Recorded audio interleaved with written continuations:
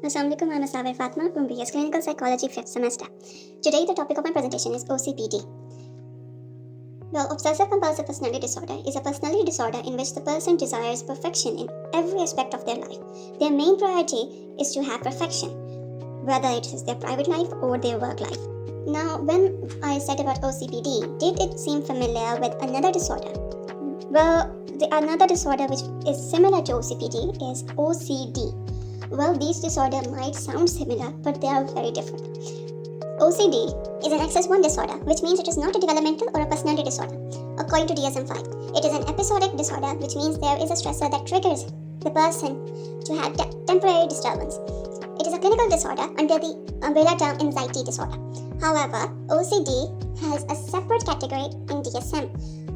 Therefore, OCD should not be confused with anxiety on its own. Well, ego dystonic is another new term which we'll discuss. Ego dystonic means a person understands their behavior is very different from the one others have or what is perceived as normal, and they also understand that their behavior is also very different from the image they want to create for the other people to know. Therefore, these people would want to change their behavior. That is why we say ego dystonic. Dystonic. Well, OCD is basically about obsessions and compulsions. Compulsions are actually ritualistic behaviors or actions that need to be completed or are seen as important by the person and that require to be completed so as to avoid consequences. Now, these consequences are very different in the person's mind. If we take an example of hand washing, which is the stereotypical OCD compulsion, the person who is washing hands would be washing hands so as to get rid of germs, and if they do not wash their hands, they will get sick. These thoughts constantly trouble the person and therefore they are compelled to wash their hands. Now, obsessions is the O of the OCD. It is mainly the thoughts. It has nothing to do with your actions. It is only the thinking pattern. In obsessions, the person has intrusive thoughts that are often recurrent and troublesome for the person. They can occur at any time, at any place, and they can trouble the person so as to make their life difficult. Again, the example of hand washing. The person has an obsession with hand washing. The person is not actually, the hand washing itself is a compulsion, but the thought of cleanliness is what is driving the compulsion. So we can say that obsessions are what direct the person to have compulsions. This is OCD.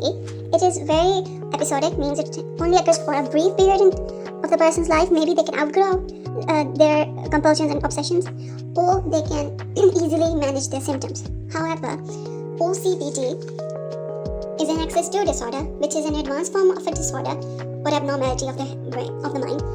Personality traits are involved in the OCPD, means the personality traits are mainly discussed. And again, it's a personality disorder. Now, the ego syntonic word means that the behavior is seen as normal or positive by that person. Earlier we discussed ego dystonic. Dystonic, I stressed on the letter is dice. Now, why dice? Dice is when the person understands that they need to change their behavior to be normal. However, in syntonic, the person sees their behavior is normal and they do not want to change their behavior. Therefore, ego syntonic is a crucial aspect of OCPD, which needs to be discussed thoroughly. Now, like OCD, which ran on obsessions and compulsions, OCPD has perfectionism and detail. People with OCPD tend to be rigid and have strict behavior. They would want to be punctual and want to follow a group of set rules, and they believe that these rules are not meant to be broken. People with OCPD tend to overwork themselves and are very well known for repeatedly modifying one task over and over again. This is so as to attain the level of perfectionism and to be at ease that the result they want has been finally attained. If the results are not according to their taste, they would go on and on to get their desired results. This is the extent of perfectionism.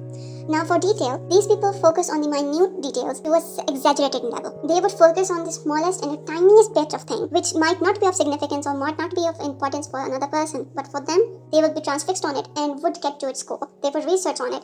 Now, for defining OCPD, Obsessive Compulsive Personality Disorder is characterized by a pervasive preoccupation with orderliness, perfectionism, and control, with no room for flexibility that ultimately slows or interferes with completing a task. Well, obsessive compulsive disorder, these people tend to want to have control on everything. From the peers to the work levels, they just want to have control.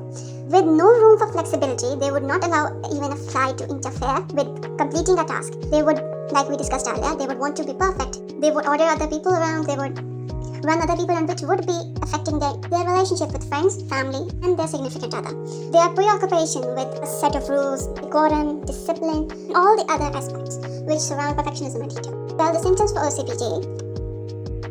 The primary symptoms include acting restrained or restricted with their emotions. They are not very expressive. Adherence to rules in an inflexible, rigid way.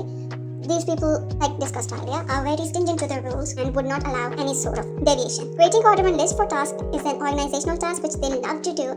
They love to have an order, they love to have list for every task and a mind map. Desire to control the relationships with others, like said earlier, again, they are very controlling in their relationships. They want to be the upper hand in every relationship they have. Be it with friends, be it with the family, or be it with their significant other. Difficulty empathizing with others and or maintaining intimate relationships. These people are very cruel. When it comes to empathizing others. They do not understand the extent of their words. They do not understand what the other person is going through, and they really don't care about that. So this also affects their relationship.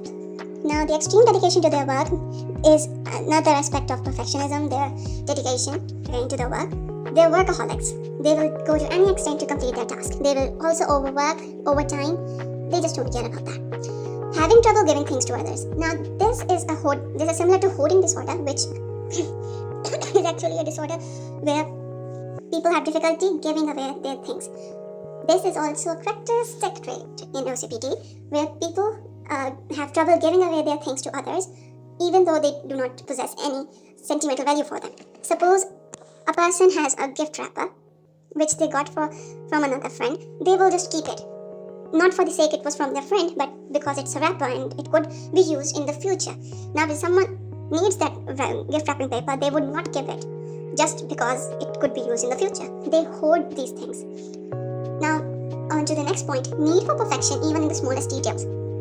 Discussed earlier, again. These people are very, very picky about the smallest details. If the smallest details are not up to their mark, they need it corrected. For example, if someone forgot a dot over the letter I in perfection, they would be irritated and would do anything to put a little dot over the I. That's the level of perfection they need in the smallest details. People with OCPD tend to have an identity crisis, since at some point in life they will realize that who they were meant to be is very different from who they are. They also understand that their behavior is very different from the behavior that other people have. Therefore, there will be some problems with their identity and where they want to direct their life. Lastly, another symptom is trouble giving up control and delegating tasks. These people, since we discussed, want to have upper hand in everything from relationship to work. They will have trouble giving up that status. They will have trouble letting go of the control and the upper hand. All these symptoms are indirectly harming the person and their relationships. OCPD may exhibit some of the same characteristics as anal personality disorder, such as perfectionism, orderliness, and a need to be in control of their surroundings, but not all such eccentricities are part of the other. Anal personality disorder is a Freudian concept which is included in the Freudian developmental stages, which discusses that person's orderliness, sense of perfection, and to be in control comes from the toddler, or you can say the childhood stage, which is associated with anal. The person could have a strict childhood, which would force the child to have a sense of cleanliness, to have a sense of control, and to have a sense of orderliness.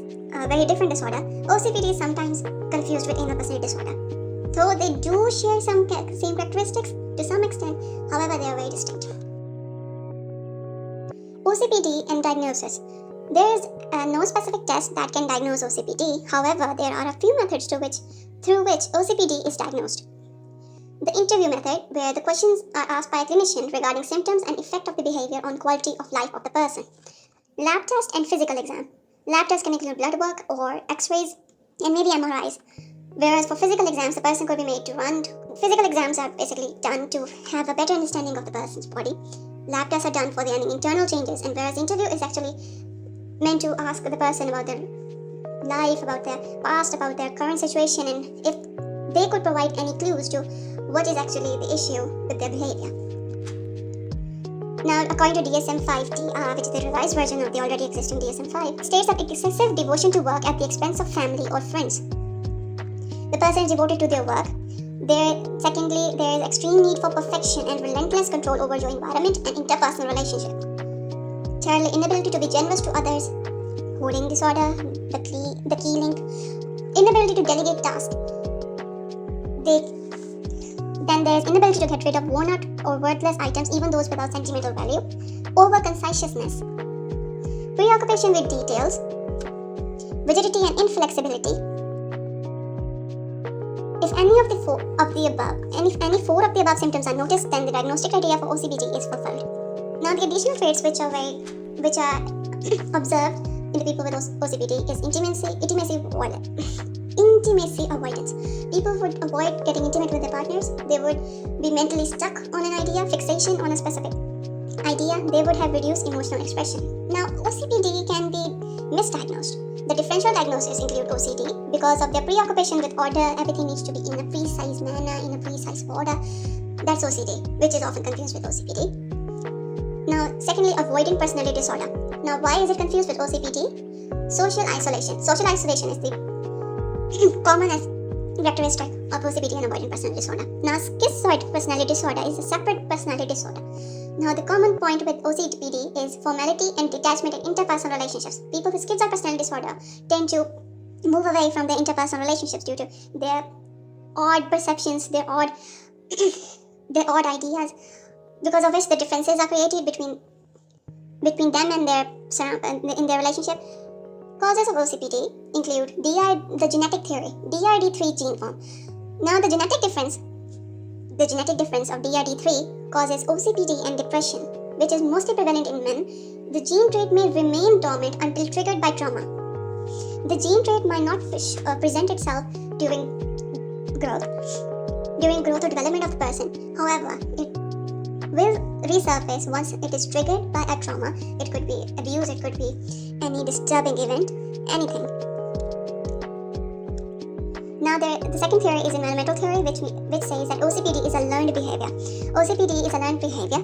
Well, OCPD can be learned by a child from their parents, from their elders, or maybe OCPD is kind of a family tradition. We never know. That's environmental theory for you. Cultural theory says that strict societies and strict beliefs in religion create people with OCPD. Strict societies might include that everything needs to be clean and tidy, everything needs to be done on time, and there is great emphasis on being orderly, which can cause OCPD in individuals. Now, strict beliefs in religion can also be a cause. The other possible causes could be controlling parents who are overly protective. This causes loss of autonomy in the child and gives them a sense of vulnerability and insecurity, which would want them to be controlling over the others. Like their friends, they would want to be the upper hand, they would want to be the superior person, they would want to be the one who is controlling others, so as to not feel the insecurity they had when they were little. Now, the traits developed to avoid punishments, to be perfect and normal, are also the possible causes for OCPD. The risk factors for OCPD. Well, the general risk factors would be the childhood trauma and genetics, and that it is a very common personality disorder. OCPD is common in both men and women. However, it is less common in younger adults. According to the research by Grunge et al. In 2012, about 7.8% of adults will have OCPD at some point during their lifetime. OCPD co-occurs with depression, eating disorders like bulimia and anorexia, and illness anxiety disorder, which was previously known as hypochondriasis. Lastly, Parkinson's disease co-occurs with OCPD. The treatment of OCPD is CBT, medicines such as antidepressants to lower the reaction time of the patient. SSRI are also given by the psychiatrist.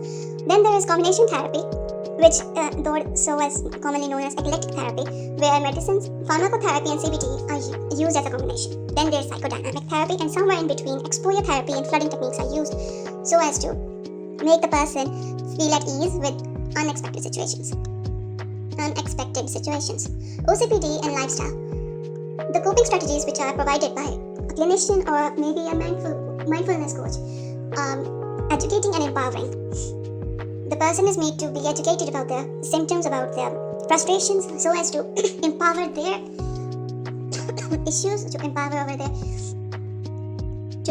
their abnormal behavior. Then there is stress management for when they feel anxious during the little episodes of unable to fulfill their desires regarding perfection. Practicing self-care and mindfulness exercises do help in lowering and reducing stress of the individual. Meditation is already a guaranteed coping strategy. This is OCPD. Here is a little example and a little activity to help you understand OCPD in a better way. Meet Amna. She works in a firm. She works in a big company. She works in a company as an executive officer. Her traits are of being an overachiever. She's always on time. She's extra neat. She's a perfectionist. She's super independent and has a high sense of work morality and ethics. Then there is Farhi. Farhi is also an employee at the same company as Amna. She's also an executive officer. She's also hardworking. She's also hardworking, but she has a different trait. She collects and safekeeps every small part of her day.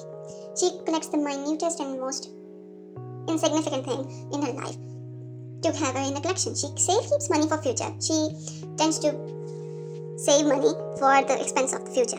She has a high sense of social morals and she is a very good organizer. Now, these two successful women, we perceive them as successful. However, now these two successful women we met have symptoms of OCPD. Now, which one of them has OCPD? Farhi or Amna? You can take your time. So, who did you guess? Amna? If Amna was your choice, then let's analyze how Amna has symptoms of OCPD. Now, Amna was an overachiever. Because she worked overtime and had no sense of holidays. She never took breaks in between her work. She was always on time because she thought time wasted is life wasted. She was very stingy regarding time. However, this time was only allocated for work and work only. She was technically wasting her life already if she was not wasting her time. She is extra neat. Well, she personally cleaned her desk, regardless of the fact that the maids at the company already did that for her. If Amna could, she would even clean her boss's messy desk. Amna was a perfectionist, but to the extent that she believes that 0.500 matches with 0.625 instead of 0.5, where both 0.500 and 0.5 are exactly the same values. However, the most relatable figure with 0.625 is 0.500. That's the level of perfection Amna has. Amna is super independent. She prefers to do her work on her own. She prefers to not be dependent on any other person. She is a superwoman, but superwomen have their limits. Amna dislocated her shoulder by carrying a 20-kilogram water up the 6th floor. Amna had no prior experience of carrying water. Amna had high sense of work morality and ethics, but her co-workers were seen complaining that she snitched on them to their boss for taking snap streaks in break room. Well, Amna thought that break rooms only for breaks and people could only sleep or have their coffee, not for snap streaks or for videographing. This was Amna. Now Farhi, if Farhi was your option, then let's analyze. Farhi is hardworking, but she spends so much time on one task that she is always behind schedule. She could have done 3 tasks in 1 hour if only she had done that one task on time and if she wasn't too eager to complete one task to the full extent. Farhi collects and safekeeps every small part of her day. Well, Farhi had an obsession with hoarding leaves and wrappers. She believed that leaves that fell on her balcony were meant to be hoarded. They do not need to be left in the bin. She also hoarded her wrappers since she thought that wrappers were also the money she paid when buying chocolates and buying stuff. Farhi safe-kept her money for future use, which was a wise decision, but Farhi was a miser. She never spent her money on her own self. She even used a blanket for her pillow. Like, see the extent of frugality. High sense of social morals is a good characteristic. However, she would help her co-workers before herself. If her co-workers need help with their assignments and tasks, she would leave her own tasks and assignments for her co-workers. Now for the organizer trait, she had journals for each day of the week with different colors. She believed that red should be for Monday and only one journal should be for each day. So she would take red journal with tasks for the day on Mondays. She would take blue register or journal for Tuesday, and so on and so on. She would do her tasks, she would make lists, she would mind maps, she would do everything to the extent of organizing everything in her journals. However, she would still be behind schedule because of this overscheduling. Now, if we were to say both had the diagnosis of OCPD, Farhi and Amna both had the symptoms of OCPD, do they have a chance to a normal life? Well, of course they do. Like every other citizen, they can carry out their normal lives. As long as they get their OCPD treated, they have a clinician on their case, and they are very eager on completing the task that clinician provides so as to overcome their struggles with OCPD. Thank you for watching, and Allah Hafiz.